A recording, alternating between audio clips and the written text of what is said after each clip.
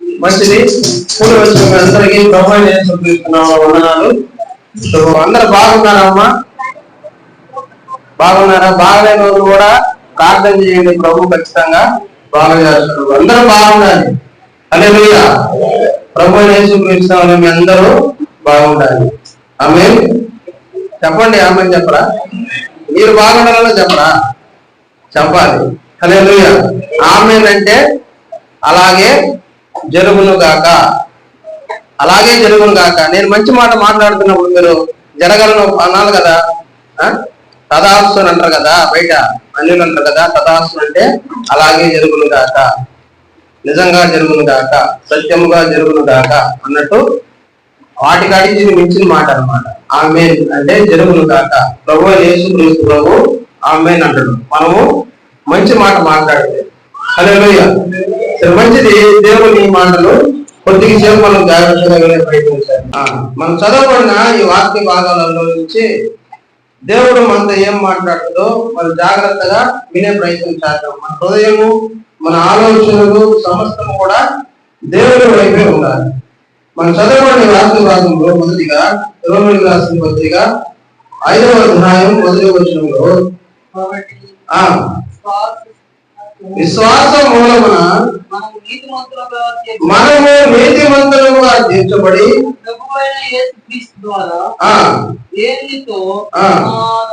సమాధానము కలిగి ఉన్నాము. హల్లెలూయా. మొట్టమొదటిగా మనం చదవబడే వాక్య భాగంలో దేవునితో మనము సమాధానం కలిగి ఉండాలి. దేవునితో మనము సమాధానం కలిగి ఉండాలి. దేవునితో సమాధానం కలిగి ఉండడం అని అంటే ఇక్కడున్న ప్రజలు కానీ, ఇక్కడున్న మనం విశ్వాసులమైన మనం కానీ, లేకుంటే బయట ఉండే అన్యులు కానీ, ప్రపంచంలో ఏ మనిషి వల్ల కూడా కాదు. ఎందుకు కాదు దేవుడితో సమాధానం ఉండడం అని అంటే? దేవుడు పరిశుద్ధుడు. హల్లెలూయా. ఆయన సమీపింపరాని తేజస్సులో ఆయన ఒక్కడే ఆసీనుడై ఉన్నాడని బైబిల్ చెప్తుంది. ఆయన పరిశుద్ధుడు కాబట్టి ఆయనతో సమాధానం పడడము నిజముగా అంటే నిజముగా మన వల్ల కాదు. నువ్వు పోయి హిమాలయాల్లో పోయి పర్వతాల్లోకి పోయి నువ్వు తపస్సు చేసినా కూడా ఆయనతో నువ్వు సమాధానము పడలేవు. మరి ఏం చేయాలి? వాక్యం బోధిస్తుంది, మన ప్రభువైన యేసుక్రీస్తు ద్వారా. హల్లెలూయా. అంటే ఆయన కుమారుడైన దేవుని కుమారుడుగా ఈ భూమి మీదకి వచ్చిన యేసుక్రీస్తు ద్వారా తప్ప ఎవ్వరు కూడా తండ్రితో సమాధాన పడలేదు. మనం దేవునితో సమాధాన పడలేదు. ఎందుకంటే వాక్యం చెబుతుంది, ఎవడు కూడా నీతిమంతుడు ఈ భూమి మీద లేడంట. ఒక్కడు కూడా లేడంట. దేవుణ్ణి వెతికే వాళ్ళు ఎవరైనా ఉన్నారేమో అని దేవుడు పరలోక రాజ్యాన్ని తొంగి చూస్తుందంట. భూమి వైపు దేవుడు భూమి వైపు తొంగి చూస్తుందంట. ఎవరెవరు నా బిడ్డలు ఎవరైనా నన్ను ఎత్తుకుంటారా అని ఆయన తొంగి చూస్తుందంట. ఎవరు కూడా ఎతకటం లేదు. అందుకని యేసుక్రీస్తు ప్రభు దేవునితో సమాధానం పరచడానికి ఆయనే ఈ భూమికి మానవుడిగా వచ్చి ఆయన ప్రాణము దారపోసి, రక్తము దారపోసి మన కోసం కలువరి గిరిపోయిన బలి చనిపోయి తండ్రితో సమాధానాన్ని మనకి దేవుడే స్థిరపరిచింది. యేసుక్రీస్తు నామానికి మహిమ కలుగును గాక. ఆమేన్. అంటే ఇప్పుడు ఎవరితో మనం వెళ్ళాలి అంటే ప్రభు అయిన యేసు ద్వారా తప్ప పరలోక రాజ్యానికి మనము వెళ్ళలేము. ఆయన ద్వారానే, ఆయన తప్ప ఏదే దిక్కు మనకి లేదు. నువ్వు ఏదైనా దిక్కు ఉందని చెప్పి మనం వెతికినా కూడా ఏ దిక్కుకు పోయినా కూడా మళ్ళా అదే దిక్కుకి రావాలి. హల్లెలూయా. ఎందుకనంటే యేసు ప్రభు ఒక్కడే మోక్షానికి, పరలోక రాజ్యానికి దారి ఆయన ఒక్కడికే తెలుసు. ఆయన తప్ప ఎవరికి భూమి మీద తెలియదు. అందుకని ఏం చేయాలి ఇప్పుడు మనం అనంటే సమాధానం పడాలి. ఇప్పుడు చూడండి, మనము ఎవరితో గొడవ పెట్టుకున్నప్పుడు మనం ఏం చేయాలని చూస్తాం? సమాధాన పడాలనే ప్రయత్నం చేస్తాం. చుట్టుపక్కల ఉండే వాళ్ళతో కావచ్చు, ఎవరితోనే సరే గొడవ పడినప్పుడు మనము సమాధాన పడాలి. సమాధాన పరచువారు దేవుని కుమారులు కదా, మనం దేవుని పిల్లలం కాబట్టి సమాధాన పడడానికి ప్రయత్నం చేస్తున్నాం. అట్లాగనే దేవుడితో మనం సమాధాన పడాలని ప్రయత్నం చేయాలి. ఎలాగంటే యేసుక్రీస్తు చెప్పిన మాటల ప్రకారం మనము నడవాలి. యేసు ప్రభువును మనము ఆయన ఇచ్చిన ఆజ్ఞ ప్రకారం మనం నడవాలి, ఒకరినొకరు మనం ప్రేమించాలి. అలాగనే దేవుణ్ణి మనం ప్రేమించే వారంగా ఉండాలి. అప్పుడు యేసుక్రీస్తుని మనం ముద్దు పెట్టుకుంటే అప్పుడు దేవునితో మనం సమాధానము పడిన వారము. హల్లెలూయా. యేసు ప్రభువునే మనం ముద్దు పెట్టుకోవాలి, ఆయనతోనే మనం ఉండాలి. అప్పుడే మనకి దేవునితో సమాధానము కలుగుతుంది. దేవుడికి మహిమ కలుగును గాక. సరే, 2వ వచనం చదవండి. మొదటిది గుర్తుపెట్టుకోండి, దేవునితో సమాధానం మనము కలిగి ఉండాలి. చదవండి. మరియు ఆయన ద్వారా మనము విశ్వాసము వలన ఈ కృపయందు ప్రవేశము గలవారమై అందులో నిలిచి ఉండి దేవుని మహిమను గూర్చిన నిరీక్షణను బట్టి అతిశయపడుచున్నాము. హల్లెలూయా. ఇక్కడ ఏం చెప్తుంది వాక్యం అని అంటే, 2వది గుర్తుపెట్టుకోండి, దేవుని రాజ్యానికి ప్రవేశము. మొదటిది ఏంటి? దేవునితో సమాధానము. 2వది ప్రవేశము. ఎక్కడికి ప్రవేశము? రెండు ప్రవేశాలు. ఒకటి నరకము, 2వది పరలోక రాజ్యం. మనం పరలోక రాజ్యంలోకి ప్రవేశించాలి. అలా ప్రవేశించాలన్నా కూడా యేసుక్రీస్తు ప్రభువే దారి. ఏ దారి వెతుకున్నా కూడా యేసు ప్రభువే. ఆయన వాక్యం చెబుతుంది. మరియు ఆయన ద్వారా, ఎవరి ద్వారా? యేసుక్రీస్తు ద్వారా. మరియు ఆయన ద్వారా మనము విశ్వాసము వలన ఈ కృపయందు ప్రవేశము గలవారమై అందులో నిలిచి ఉంది. అంటే విశ్వాసము మనకు ఉండాలి. దేవుడి దగ్గరికి వచ్చే వారికి విశ్వాసము ఉండాలి.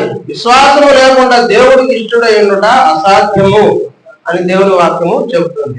మీరందరూ మందిరానికి వచ్చిండ్రు, ఏదో ఆదివారము వచ్చేట కూర్చొని పోవాలా, కనపడిపోవాలా, పాస్టర్కి లేక రోజుసేపు ఏదో అనుకొని వచ్చిన వాళ్ళు ఉంటే మీలో ఏ లాభము ఉండదు. మందిరానికి వస్తుంటే మనం ఎట్లా ఉండాలంటే మన ప్రవర్తన జాగ్రత్తగా కాల్చుకోవాలి.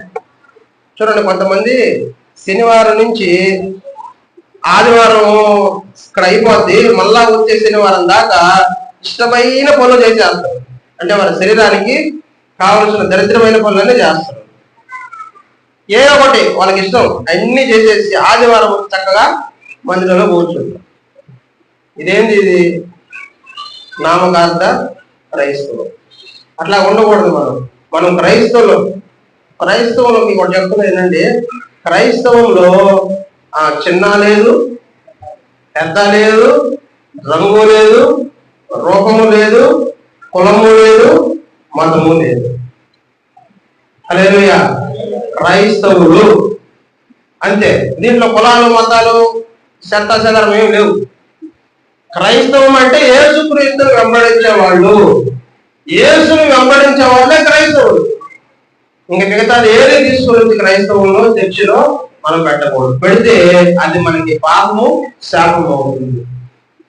అందుకని సగం మనం గుర్తు పెట్టుకోండి, దేవుని దగ్గరికి వచ్చే మనం ఏం చేయాలి అంటే, యేసు ఉన్నాడు, అక్కడ మందిరంలో ఉన్నాడు, దేవుడు మందిరంలో ఆయన ఉంటాడని చెప్పండి సమాజ మందిరంలో. కాబట్టి దేవుడు మందిరంలో ఉన్నాడు కాబట్టి ఇదిగో నేను దేవుని దగ్గరికి వెళ్తున్నా, నేను దేవుని దగ్గరికి వెళ్తున్నాను కాబట్టి ఆ దేవుడు నా ప్రార్థన ఆలకించుడు, నా సమస్యలు తీసివేస్తుడు, నాకుంటే ఇబ్బందిని తొలగిస్తుడు, నా కష్టాన్ని కలిగిస్తుడు అనే ధైర్యము, అనే నమ్మకము మీరు ఉండాలి. ప్రభు వాక్యం చెబుతుంది, నమ్ముటని వలనైతే నమ్మువానికి సమస్తము సాధ్యమే. అంటే యేసుక్రీస్తు ప్రభు దగ్గరికి వచ్చే మనం అందరం కూడా ఆయన ఉన్నాడు, ఆయన నా బాధలు కష్టాలను తీసివేస్తాడని నమ్మకం పెట్టుకొని మనము రావాలి. ఏంటి అని అంటే ఇది ప్రవేశము. హల్లెలూయా. దేవుని మందిరంలోకి ప్రవేశించే మనము జాగ్రత్తగా ఆయన ఉన్నాడని నమ్ముతూ భయంతో భక్తితో వచ్చిన వారికి ఖచ్చితంగా దేవుడు ఫలము ఇస్తాడు. నువ్వు నమ్మితే దేవుడు నీ జీవితంలో మంచి జరిగిస్తాడు. హల్లెలూయా. తర్వాత అంతేకాదు జన్మ ఓర్పును, ఓర్పు పరీక్షను, పరీక్ష నిరీక్షణను ఎరిగి శ్రమ ఎందును అతిశయపడదు. చాలు. ఇక్కడ దేవుని వాక్యంలో శ్రమ, ఓర్పు పరీక్ష ఇన్ని కనబడుతున్నాయి. మనము క్రీస్తులో నూతన జీవం కలిగి ఉండాలి. హల్లెలూయా. ఈరోజు మన అంశము క్రీస్తులో నూతన జీవం పొంది ఉండాలి, కలిగి ఉండాలి. లేకపోతే క్రీస్తులో నూతన జీవం అనండి. క్రీస్తులో చెప్పండి అందరూ, క్రీస్తులో చెప్పండి, ఎదురు కాకుండా చెప్పండి, గట్టిగా చెప్పండి. క్రీస్తులో నూతన జీవం కలిగి ఉండాలి. క్రీస్తులో నూతన జీవం. మీకుందా నూతన జీవము? ఉందా? క్రీస్తులో నూతన జీవం అంటే ఇప్పుడు వాక్యం విన్న తర్వాత నేను చెప్పాలి.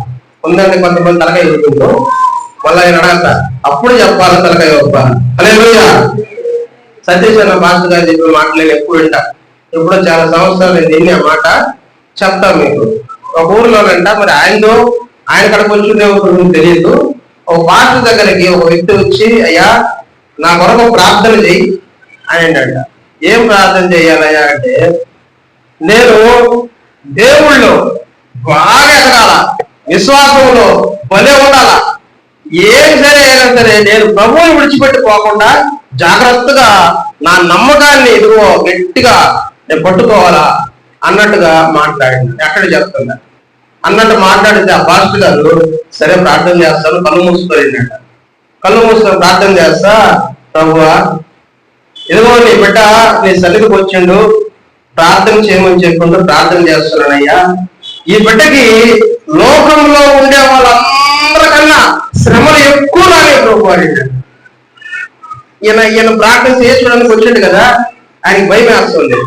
ఏందయ్యా ఈ ప్రార్థన చేస్తున్నాడు మనుషులు అనుకుంటున్నాడు. మళ్ళా ఏం చేస్తుంటా మాస్టర్ గారు, లోకంలో ఉండే వాళ్ళ కాడికి రోగాలన్నీ ఎడిగే రావాలి ప్రభు అడిగాడు. ఎవరు? పాస్టర్. ఈ విశ్వాసకి భయం వేస్తుంది, చెమటలు కారుతున్నాయి. ఇంకా లేనిపోయి ఎక్కడెక్కడ ఉండే అప్పులన్నీ కూడా ఇన్నిటి మీదకి రావాలి ప్రభు ప్రార్థన. ఆయన విశ్వాసకి భయం పుట్టి బెత్తరపోయి ఆయన ఆపరాము ఏం ప్రార్థన, ఇది దిక్కుమాలి ప్రార్థన, ఎవరైనా చేస్తారంటే ప్రార్థన. నేనేదో దేవుళ్ళు ఎదగాలని చెప్పి దేవుళ్ళు ఉండాలని చెప్పి ప్రార్థన చేయమని చెప్తే శ్రమలన్నీ నాకే రావాలంటూ, రోగాలన్నీ నాకే రావాలంటూ, కష్టాలన్నీ నాకే రావాలంటూ ఏం దిక్కుమాల ప్రార్థన ఇది అని అంట. నువ్వు ఎప్పుడైనా బైబిల్ చదివినా అంటే చదివినా సరే, బైబిల్లో ఏముంది రాటి ఇప్పుడు చదవండి, ఇప్పుడు చదివి 3వ వచనం చదువుయా. అంతేకాదు మొదటిగా గుర్తుపెట్టుకోండి, శ్రమ ఓర్పు. శ్రమ ఏమిస్తుంది మనకి? ఓర్పు ఇస్తుంది. క్రైస్తవులు నూతన జీవం పొందేవాళ్ళు శ్రమలో ఉంటే దేవుడి మీద సనుకోరు, కష్టాల్లో ఉంటే దేవుడి మీద సనుకోరు. ఏమిస్తుందంటే శ్రమ మనకి ఓర్పునిస్తుందంట. మరి యేసుక్రీస్తు ప్రభు అనేకమైన శ్రమలు పొందిండు, అనేకమైన కష్టాలు, దెబ్బలు, ముళ్ళ కిరీటము, మొహం మీద ఉమ్మి వేయడము, పిడిగుద్దులు గుద్దించుకోవడము, మీసాలు పెరిగించుకోవడము, రక్తము చిందించుకోవడము, ఎన్ని చేసిండు కదా. ఆయన ఎంత శ్రమ అనుభవిస్తున్నా కూడా ఓర్పుగా ఉండిండా. నన్ను ఒడిదడిలో ససరాడేడా అనిండా ప్రభు ఏమన్నా? ఆయన చిటికేస్తే చచ్చిపోరా జనాభా? ఎన్ని లక్షల మంది చచ్చిపోతారు. ఆయనేగా చేసింది ప్రజల్ని. ఆదాము చేసింది ఆయన, అవ్వను చేసింది, అన్ని చేసింది ఆయనే కదా, లోకాన్ని చేసింది ప్రభువే కదా. మరి ఆయన్ని చంపుతున్నా కొడుతున్నా కూడా గమ్ముగా ఓర్పు కలిగి ఎందుకు పోయినట్టు ఆ శ్రమంలో ఆయన? నీ కోసము నా కోసం. వాక్యం ఏం చెప్తుందంటే శ్రమ ఓర్పునిస్తుందంట. చూడయ్యా బైబిల్లో ఏ విధంగా ఉంది. శ్రమ వస్తుంది నీకు, శ్రమ వస్తే నువ్వేం చేయాలా? ఓర్పు కలిగి జీవించాలి. అయ్యా ఈ శ్రమను బట్టి నీకు స్తోత్రాలు అని మనం చెప్పగలుగుతామా? శ్రమను బట్టి మనం ఓర్పు నేర్చుకోవాలి. అంటే మనకు వచ్చే కష్టాలు, మనకు వచ్చే కన్నీళ్లు, మనకు వచ్చే వ్యాధులను బట్టి మనం ఓర్చుకొని, ప్రభువా ఒకవేళ మన శ్రమలు వచ్చిన కష్టాలు వచ్చిన ప్రభువా ఈ శ్రమ నాకు ఎందుకు వచ్చినో తెలియదు, కష్టం నాకు ఎందుకు వచ్చినో తెలియదు, అయినను నీ అనుమతి లేకుండా నా శరీరం మీద కానీ నా ఇంట్లో కానీ ఈ కష్టం కానీ శ్రమ కానీ రాలేదు. నీ అనుమతి ఉండడం ద్వారా వచ్చింది కాబట్టి ఇదిగో ఈ శ్రమను బట్టి నీకు వస్తున్నా అని నువ్వు చెప్పగలిగితే, ఏ శ్రమ అయితే నేను వచ్చి, ఏ రోగం అయితే నేను బలహీనపరుస్తుందో అది పారిపోతుంది. చేస్తున్నాము. హల్లెలూయా. సైతాను పారిపోద్ది. నువ్వు దేవుని స్తుతించాలి, నీ రోగాలు బట్టి, దేవుని స్తుతించాలి నీ కష్టాలు బట్టి, నీకు స్తోత్రం అని చెప్తే నాకు ఎట్లా తెలిసిన మాట అంటే మంగళూరు దేవదాసే కానీ ఆయన చదివినాడు. నీకు వచ్చిన బలహీనతను బట్టి అన్నింటిని బట్టి అంటే చెప్తున్నా బట్టి నువ్వు కానీ దేవుడు స్తుతిస్తే సైతాన్ని పారిపోతాయట. సైతాన్ని మనకు రోగం పెట్టేది, దెయ్యమే మనకు అనారోగ్యం పెట్టేది, దేవుడు పట్టడు. ఆ రోగాన్ని తీసేయడానికి ప్రభు మన కోసము దెబ్బలు తీయడు. ఆయన పొందిన గాయముల ద్వారా మీరు స్వస్థత పొందితేవి అనే వాక్యం చెప్తుంది. హల్లెలూయా. అంటే ఆయన కష్టాలు పడే దెబ్బల ద్వారా మనకి ఆరోగ్యము వస్తుంది. ఏం చెప్తుంది ఇక్కడ? అంతేకాదు శ్రమ, ఓర్పులు, పరీక్షలు, పరీక్ష నిరీక్షను కలుగులేదని ఎరిగి అతిశయపడము. ఏంటంట? మనము శ్రమంలో కూడా అతిశయపడాలి. నాకు వచ్చింది శ్రమ అనుకోని మనము సంతోషించాలి. ఎందుకు అంటే దీన్ని బట్టి దేవునికి స్తోత్రం. ఏమి కష్టాలు లేకుండా ఏమి లేకుండా మూడు పట్ల చక్కగా మీరు అన్ని తినేసి సంతోషంగా డబ్బులు గిప్పులన్నీ మీకు బాగా వస్తుంది అనుకోండి, దేవుడికి భజనకు వస్తారా? వస్తారా మీరు? ఏమో రాను. నేను ఆడతానికి పోయి మంచి హై క్లాస్ లో ఉండే చర్చిలో ఆ చర్చి కట్టుకొని ఆడ మాస్టర్గా ఉంటాను అనుకుంటా. అందుకని దేవుడు ఏం చేసిందంటే ఎవరిని ఎక్కడ పెట్టాలో ఆడే పెడతాడు. హల్లెలూయా. దేవుడు అందుకనే మనకి ఎప్పుడు ఏం అవసరమో అన్ని కూడా ఆయన ఇష్టడు. వాక్యం చెప్తుంది, అయ్యా నాకు ఆహారమి నాకు కావాల్సినప్పుడు అంటే కొద్ది గడ్డటి చెప్తున్నా, కావాల్సినప్పుడు అవి ఇస్తే నేను దొంగను కాకుండా నీ దగ్గరకు వచ్చి స్తుతిస్తాను, నిన్ను ఆరాధిస్తాను. ఒకవేళ నాకు ఎక్కువ ఇచ్చిన వరకు నాకేముందన్న అహంకారము గర్వంగా ఉంటుందేమో, అందుకని ప్రభు నాకు ఎక్కువ ఇవ్వాలయ్యా, నాకు నీకు ఇష్టం వచ్చిన కాడికి నాకు ఈ ప్రభు అని ఆ భక్తుడు ప్రార్థన చేస్తున్నాడు.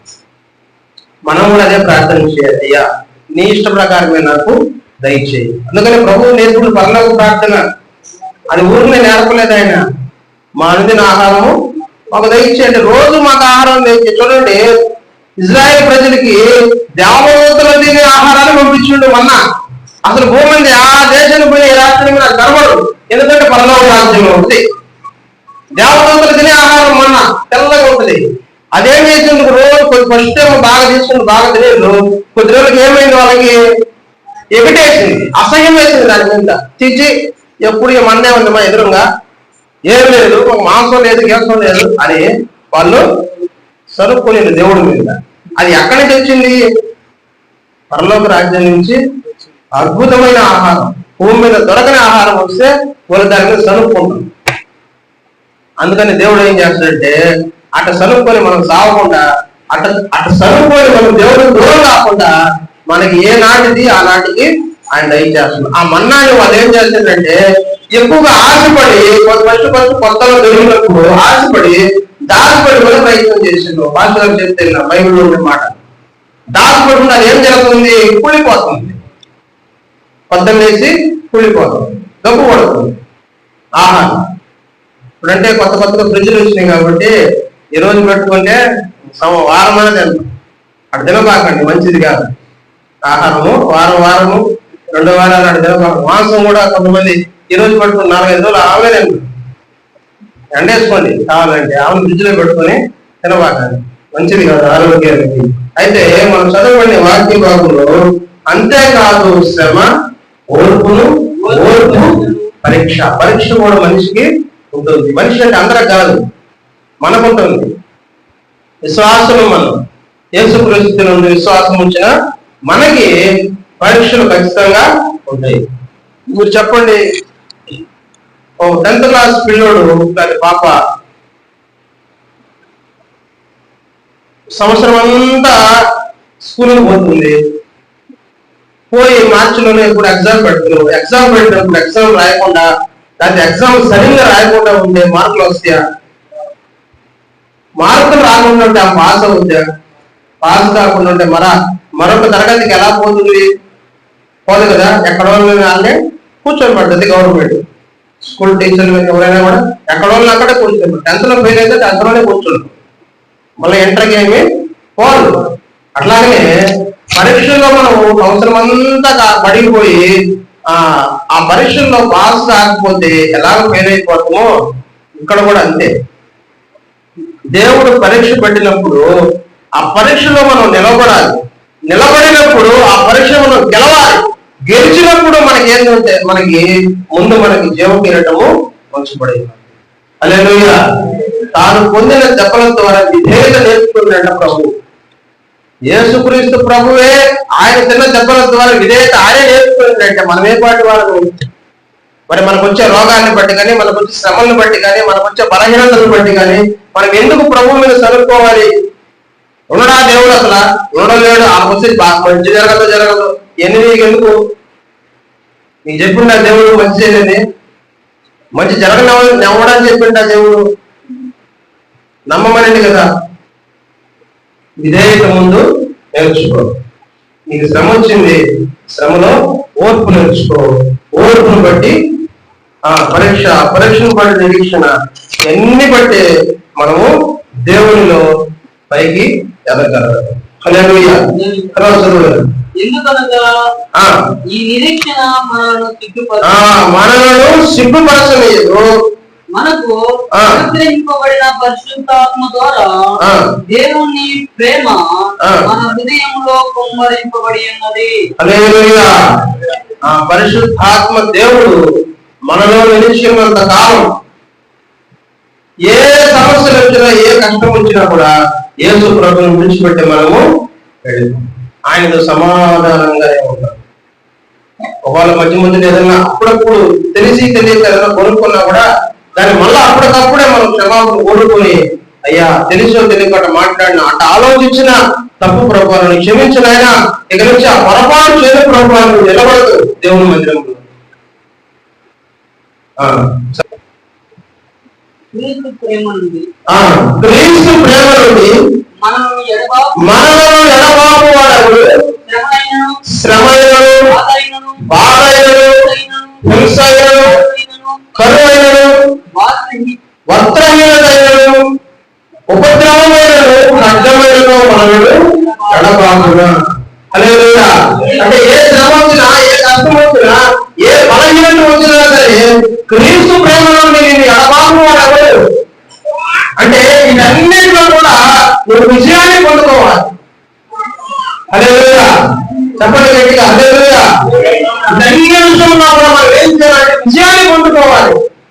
నీ విశ్వాసాన్ని దేవుడు పరీక్షిస్తాడు. నీ విశ్వాసాన్ని దేవుడు పరీక్షించేటప్పుడు సాతానుడు నీ మీద దాడి చేస్తాడు. నిన్ను కొట్టే ప్రయత్నం చేస్తాడు, నిన్ను బలహీనపరిచే ప్రయత్నం చేస్తాడు. మంచి ఆరోగ్యం కూడా వాడు పాడు చేసే ప్రయత్నము చేస్తాడు. ఎప్పుడు అంటే దేవుడు పరీక్ష పెట్టే. నువ్వు పరీక్షలో నెగ్గకుండా సైతానికి దారించడం అంటే వాడు నిన్ను కుళ్ళిపోయేలాగా చేసుకునే అవకాశం. అదే నువ్వు దేవుని విశ్వాసం పెట్టుకుని ప్రభావం ఉండవు, నాకు ఏ భయం లేదు, నా ప్రాణం మీద, నా ఆత్మ లేదని నువ్వు ఆయనకన్నా అప్పచెప్పుకుంటే ఆ దేవుడు ఏ సమస్యల నుంచి నేను విడిపించి ఆయన రాజ్యానికి చేర్చుకుంటాడు. ఆయన వాక్యం చెప్తుంది, క్రీస్తు ప్రేమలోనే మనం ఎడబాపు వాడెవడు? ఎవరు? మనుషులు కాదు ఇక్కడ చెప్పేది. ఏమని చెప్తుంది? శ్రమైనను, బాధైనను, హింసైనను, కరువైనను, వస్త్రహీనత. అంటే మనకి డబ్బులు ఉన్నా లేకపోయినా, బట్టలు ఉన్నా లేకపోయినా, ఏమున్నా సరే, ఆఖరి కరువు ఉన్నా సరే, ఉపద్రవమైనా సరే, ఏమున్నా లేకపోయినా సరే నాతో ప్రభువు ఉన్నాడు, ఆయన నాకు చాలు అనే నమ్మకం నీలో ఉంటే ఖచ్చితంగా దేవుడు బాగు చేస్తాడు. ఆయన నుంచి మనము విడిపో. హల్లెలూయా. 39 అదే 8:39 ఉన్నవేళ రాబోయే అధికారులైన ఎంతైనా సృష్టింపబడిన మరి మన ప్రభువైన క్రీస్తు యేసు ఉన్నది దేవుని ప్రేమలోనే మనలను ఎడబాబ నేరమని రూఢిగా నమ్ముతున్నాను. నమ్మాలి మనం అంతే, నమ్మాలి. నమ్మకం మనలో పెట్టుకుంటే అయ్యా నాకు ఏమొచ్చినా సరే, ఎన్ని వచ్చినా సరే, ఏమొచ్చినా సరే నీ నుంచి నేను దూరం కాను ప్రభా, నీతో ఉంటే చాలు. నేను బ్రతికితే నీ కోసమే బతకాలా, ఒకవేళ చచ్చిపోతే నేను నిన్ను చూడాలా. హల్లెలూయా. మనం అందరం భూమిలో ప్రతి మనిషి మనం చచ్చిపోవాలి. మనుషులే కాదు, జంతువులు, పక్షులు, ఇక చెట్లు, పంచభూతాలు అన్ని కూడా చచ్చిపోతాయి. అయితే మానవులమైన మనం చచ్చిపోతే ఇంకో 2 ప్లేసులు ఉంటాయి. ఒకటి నరకము, ఒకటి పరలోక రాజ్యం. ఈ 2 ప్లేసుల్లోకి పోవాలి. మనం ఏం చేయాలి? ప్రార్థన ఇక్కడ కళ్ళు మూస్తే నీ దగ్గర కళ్ళు తెరవాలి అని ప్రార్థన చేయాలి. నిన్ను నన్ను ఎడబాపడానికి ఈ శరీరము నన్ను బలహీనపరచడానికి కుదరదు, నన్ను బలహీనపరచడానికి వీల్లేదు. ఈ శరీరం వల్ల నాకున్న ఇబ్బందుల వల్ల నేను దూరం కాకపోవా అని ఎప్పుడైతే నువ్వు తీర్మానం తీసుకుంటావో అప్పుడు నేను దేవుడు కార్యం చేయడానికి సిద్ధపరచు. ప్రార్థన చేస్తాం. కళ్ళు మూసుకోండి, అందరూ కళ్ళు మూసుకోండి, ప్రార్థన చేస్తాం. ప్రేమ కలిగిన మా తండ్రి, మహోన్నతుడైన దేవ, పరిశుద్ధుడైన తండ్రి, గొప్ప దేవుడు, లోకరక్షకుడు ఆయన, సృష్టికర్త అయిన దేవుడు, మా కొరకు ప్రాణం పెట్టి తిరిగి లేచిన దేవుడు అయ్యా. మీ నుంచి గొప్ప మాటలను బట్టి నేను మాత్రమే మేము కలుగును అంటాను ఆయన. తండ్రి, పరిశుద్ధాత్మ నుంచి మాటలించినందుకు కృతజ్ఞతాస్తుతులు తెలియజేసుకుంటాం. ఇతరులైన వాక్యమంతా హృదయంలో నాటి ముప్పులందరూ మనందరూ ఫలము వేయించండి. యేసు క్రీస్తునామమున ప్రార్థిస్తున్నాము తండ్రి. ఆమేన్.